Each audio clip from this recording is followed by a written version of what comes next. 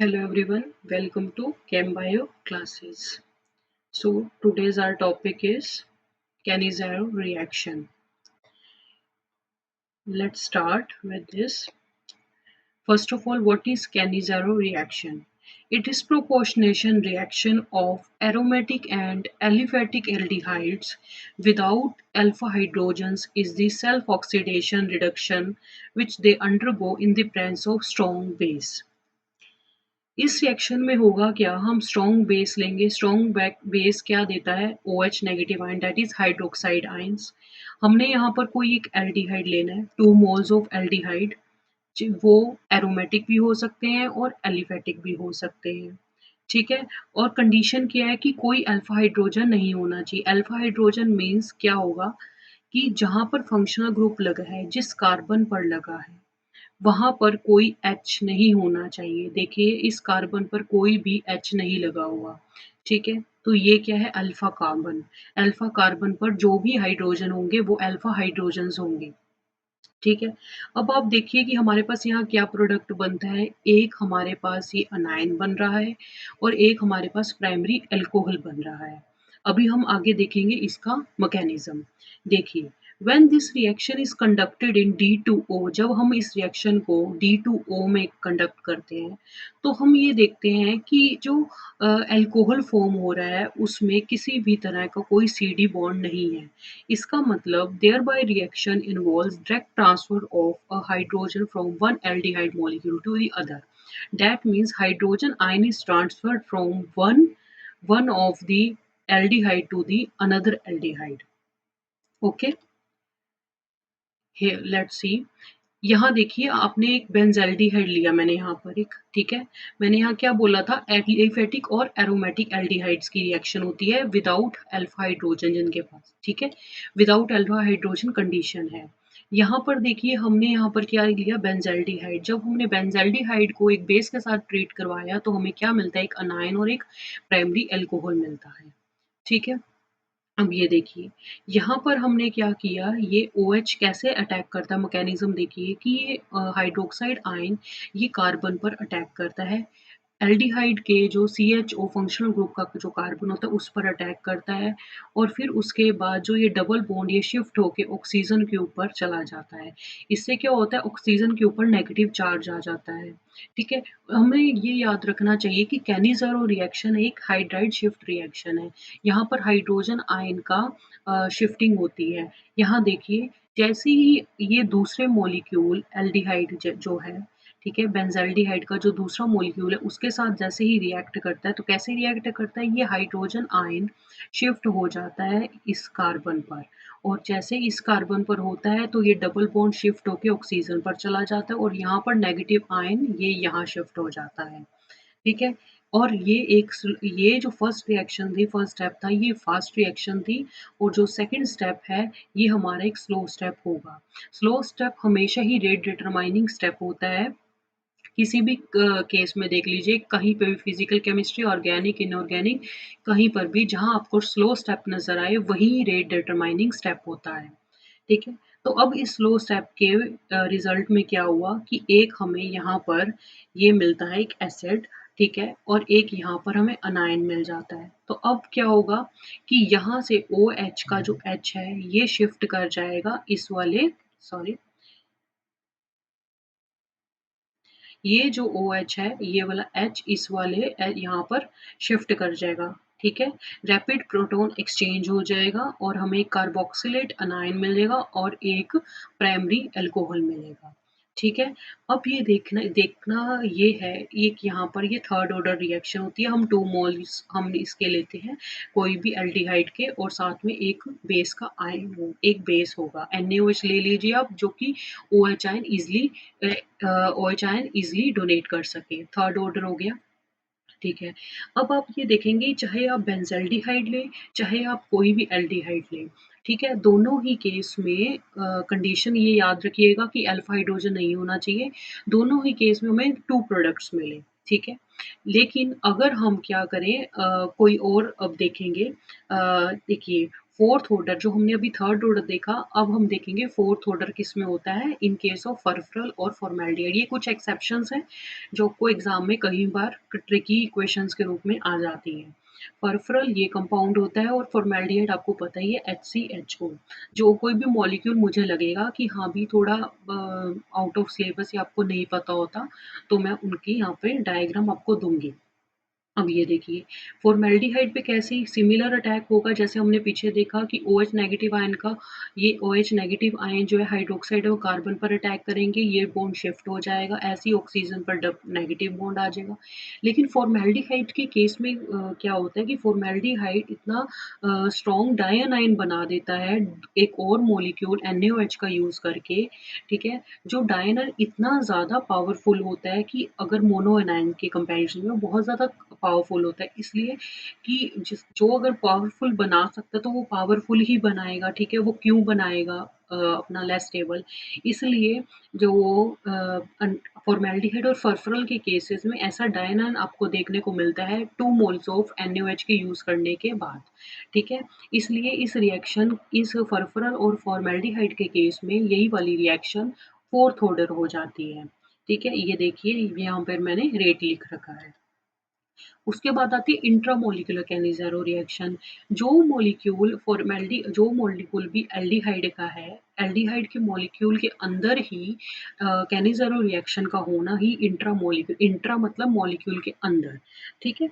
अब देखिए बाय 1 2 डाइएल्डिहाइड्स, ये देखिए अब इसके अंदर 1 और 2 पोज़ीशन पे आपको एल्डिहाइड्स नज़र आ रहे हैं। इनके बीच में आपस में हो सकता है और एल्डी अल्फा कीटो एल्डिहाइड्स भी हैं कुछ, इनमें भी आपको देखने को मिलेगा, ठीक है? अब ये देखिए फिनाइल ग्लाइऑक्सल हमने एक एग्जांपल लिया, ठीक है? इसमें 2 कार्बोनिल ग्रुप लगे हुए हैं।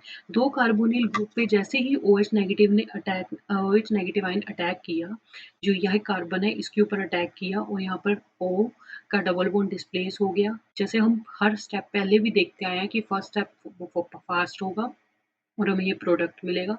फिर उसके बाद क्या होता था, हाइड्रोजन की शिफ्टिंग होती थी। अब इसी मॉलिक्यूल में होगी, ये इंट्रामॉलिक्यूलर है तो इसी मॉलिक्यूल में होगी। इंट्रामॉलिक्यूलर की यही पहचान है कि इसके अंदर आपको 2 फंक्शनल ग्रुप मिलेंगे सेम वाले, ठीक है? अब देखिए इसमें 2 कार्बोनिल थे CO और यहाँ पर भी था CHO, ठीक है? अब यहाँ पर क्या है, ये वाला H शिफ्ट कर जाएगा इस वाले कार्बन पर और ये ऑक्सीजन, तो हमें ये स्लो स्टेप में हमें ये मिल जाएगा, ठीक है? प्रोडक्ट ये अनायन मिल गया। अब फास्ट स्टेप होगा तो हमने जो फास्ट स्टेप लास्ट वाला स्टेप था उसके अंदर क्या था कि रैपिड प्रोटॉन एक्सचेंज था। तो यहाँ पर भी क्या होगा, एक रैपिड प्रोटॉन एक्सचेंज हो जाएगा, OH वाले H यहाँ आ जाएगा, यहाँ OH बना देगा, लेफ्ट साइड पे OH बना देगा। तो हमें क्या मिला, फिनाइल ग्लाइऑक्सल से हमें क्या मिला, सॉल्ट ऑफ मेंडेलिक एसिड। आपको समझ, होप सो आपको ये सब समझ आ चुका होगा कैनिज़ारो रिएक्शन क्या थी, इंट्रामॉलिक्यूलर कैनिज़ारो रिएक्शन क्या थी, ठीक है? सबसे पहले कैनिज़ारो रिएक्शन के अंदर हमने ये देखना है कि अल्फा हाइड्रोजन नहीं होने चाहिए, ठीक है? कोई भी एल्डिहाइड जब बेस के साथ रिएक्ट करता है, एक अनायन बनाता है और एक प्राइमरी अल्कोहल बनाता है, ठीक है? थर्ड ऑर्डर रिएक्शन होती है, लेकिन अगर हम फॉर्मेल्डिहाइड के केस में करते हैं या फॉर्मल के केस में तो हमें फोर्थ ऑर्डर मिलती है रिएक्शन, क्योंकि डायनाइन बन जाता है जो कि more stable, more powerful hydride ion है, ठीक है? हाइड्राइड डोनर आयन है।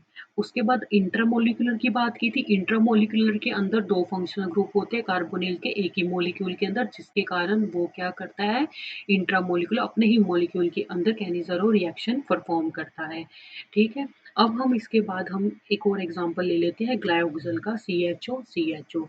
जब मैंने यहाँ पर OH की रिएक्शन की, पहली रिएक्शन वही फास्ट होगी, रिवर्सिबल रिएक्शन होगी, वही सिमिलर कि अटैक करेगा कार्बन CHO वाले किसी पे भी कर सकते हैं, यहाँ पे दोनों तरफ से सिमिलर ग्रुप है, ठीक है? सेम ग्रुप लगा हुआ है, तो ये ऑक्सीजन का डबल बॉन्ड शिफ्ट किया, यहाँ पर नेगेटिव आया ना, यहाँ पे फिर हाइड्रो सेकंड स्टेप में हाइड्रोजन शिफ्ट करेगा, थर्ड स्टेप में क्या होगा, रैपिड प्रोटॉन एक्सचेंज होगा, तो फास्ट स्टेप होगा ये और हमें क्या मिल जाएगा, हाइड्रोक्सी इथोनेट ग्लाइकोलेट, ठीक है? तो ग्लाइऑक्सल से हमें क्या मिला, हाइड्रोक्सी इथोनेट, ठीक है? और रही बात कुछ-कुछ ये जैसे इथेन डाई और इथेन 1,2 डाई अल है, ये जो है ये एक जो IUPAC नोमेनक्लेचर है, ये आप ये आपको आना चाहिए, हम हर किसी का, ठीक है? कॉमन नेम कई बार नहीं भी याद रहते, तो आपको हर किसी का जो IUPAC नोमेनक्लेचर है वो पता होना चाहिए, ठीक है? उसके बाद रेट, रेट इस रिएक्शन में क्या आएगा, इस रिएक्शन में रेट क्या आएगा, सेकंड ऑर्डर रेट आएगा इंट्रामोलिक्यूलर के अंदर, क्योंकि मॉलिक्यूल हमें दूसरे मॉलिक्यूल की यहाँ जरूरत ही नहीं पड़ती। जो पहले मैकेनिज्म और रिएक्शन के अंदर हमें जरूरत पड़ रही थी एक और मॉलिक्यूल की, यहाँ पर वो नहीं पड़ती, ठीक है? इस एक ही मॉलिक्यूल के अंदर आपको एक ही प्रोडक्ट मिलेगा, एक ही मॉलिक्यूल के अंदर जो प्रोडक्ट मिलेगा उसी के अंदर अनायन भी होगा, उसी के अंदर OH फंक्शनल ग्रुप भी लगा होगा, ठीक है? तो जो कैनिज़ेरो रिएक्शन थी उसके अंदर 2 प्रोडक्ट मिल रहे थे, अल्कोहल अलग और अनायन अलग। इंट्रामॉलिक्यूलर क्योंकि रिएक्शन एक ही मॉलिक्यूल में हो रही है तो OH भी उसी में होगा और अनायन भी उसी में ही बनेगा, ठीक है? उसके बाद आती है क्रोस्ड कैनिज़ेरो रिएक्शन। क्रोस्ड नाम से ही पता चलता है कि क्रॉस कैनिज़ेरो रिएक्शन या क्रोस्ड कैनिज़ेरो रिएक्शन मतलब क्रॉसिंग होगी कुछ ना कुछ, ठीक है? पहले मैंने क्या बात की थी, कैनिज़ेरो रिएक्शन क्या होती थी, 2 एल्डिहाइड को मिलकर या 2 एरोमेटिक ले लो या 2 एलिफैटिक ले लो। लेकिन अब मैं बोल रही हूँ क्रॉस, क्रॉस के अंदर क्या होंगे, हमने जो 2 एल्डिहाइड लिए वो दोनों डिसिमिलर होंगे, ठीक है? आप दोनों एलिफैटिक ले सकते हो, अलग-अलग एलिफैटिक एल्डिहाइड ले सकते हो, एक एलिफैटिक एक एरोमेटिक ले सकते हो, 2 अलग-अलग एरोमेटिक एल्डिहाइड ले सकते हो, ठीक है? कंडीशन आपको पता है अल्फा हाइड्रोजन्स नहीं होने चाहिए। तो क्रॉस कैनियल रिएक्शन में क्या होगा, reaction between 2 dissimilar aldehydes molecule में यील्ड ऑल पॉसिबल प्रोडक्ट्स, बहुत 4 तरह के प्रोडक्ट बनेंगे देखो, ठीक है? अब आगे मिक्सचर, ये देखिए हमने एक ये लिया, ठीक है? और एक ये लिया, एक एलिफैटिक लिया और एक एरोमेटिक लिया, हमने बेस डाला और हमें एक अनायन मिला, ठीक है? और एक ये प्रोडक्ट, 4 हमें प्रोडक्ट मिले। अब आप कहेंगे 4 प्रोडक्ट कैसे आए? ठीक है? तो इसकी यहाँ पर मैंने मैकेनिज़्म तो नहीं दे रखी, लेकिन मैं आपको बता सकती हूँ कि कैसे आए। जैसे अगर इसका एक मॉलिक्यूल था, ठीक है? इसके एक मॉलिक्यूल ने जब OH के साथ ट्रीट किया, ठीक है? तो हम इसके अगर हम जब मिक्सचर कर रहे होते हैं, जब रिएक्शन परफ़ॉर्म कर रहे होते हैं, तो हम क्या करते हैं, आपने पहले बहुत क्लासेस में देखा हुआ है कि अ, जैसे आप कुछ कोई चीज़ ऐड कर रहे होते हो, कोई चीज़ एक्सेस में पड़ी रह जाती है, लिमिटिंग रिएजेंट और एक्सेसिव रिएजेंट, बहुत सुना होगा। तो एक्सेसिव वही होता है जितना यूज़ होना होता है हो जाता है, बाकी सारा बचा का बचा रह जाता है।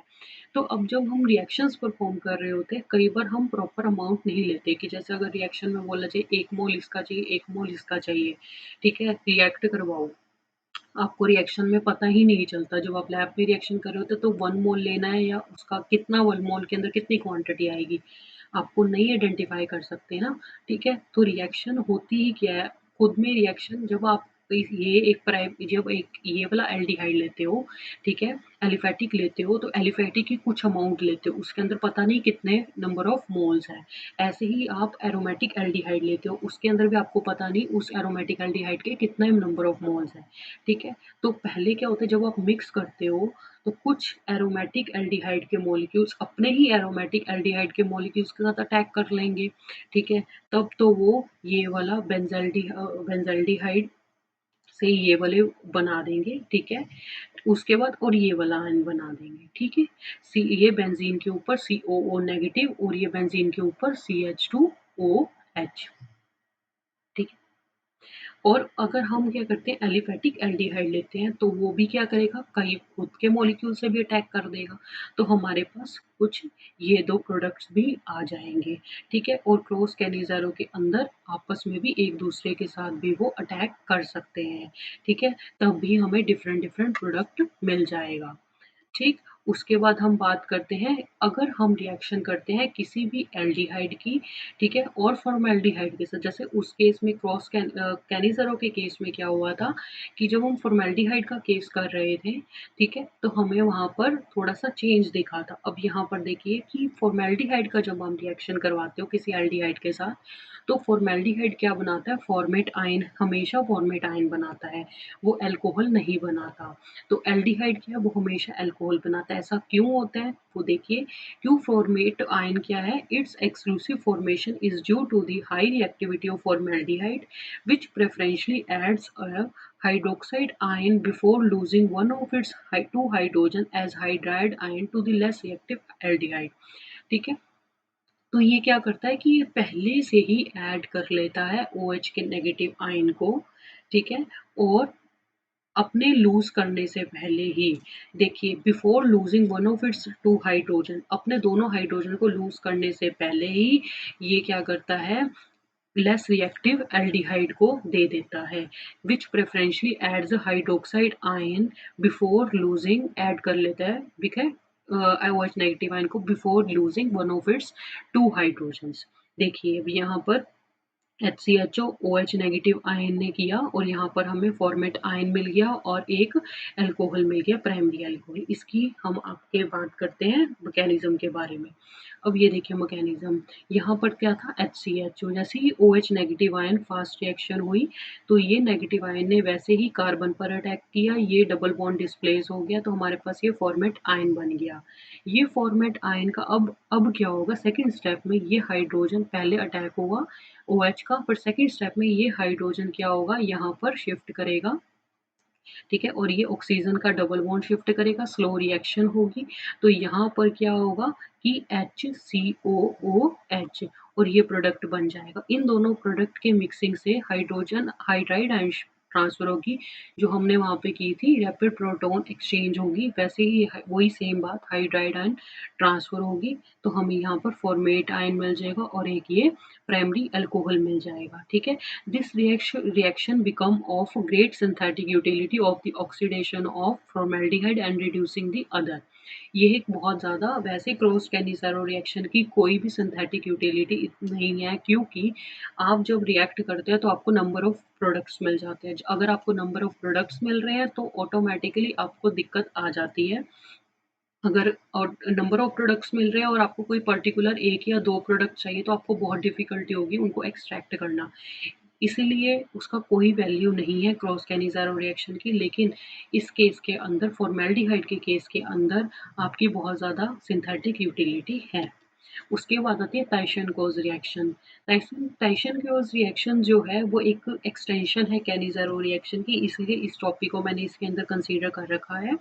Reaction of aldehyde with aluminium ethoxides where they form acids and alcohols which ultimately react each other to form esters। यहाँ पर क्या होता है, आप एल्डिहाइड्स लेते हो, एल्डिहाइड के अंदर अल्फा हाइड्रोजन हो ना हो, है ये कैनिज़ारो की एक्सटेंशन, बट इसके अंदर एक स्टार कंडीशन ये है, अल्फा हाइड्रोजन हो या ना हो कोई फ़र्क नहीं पड़ता।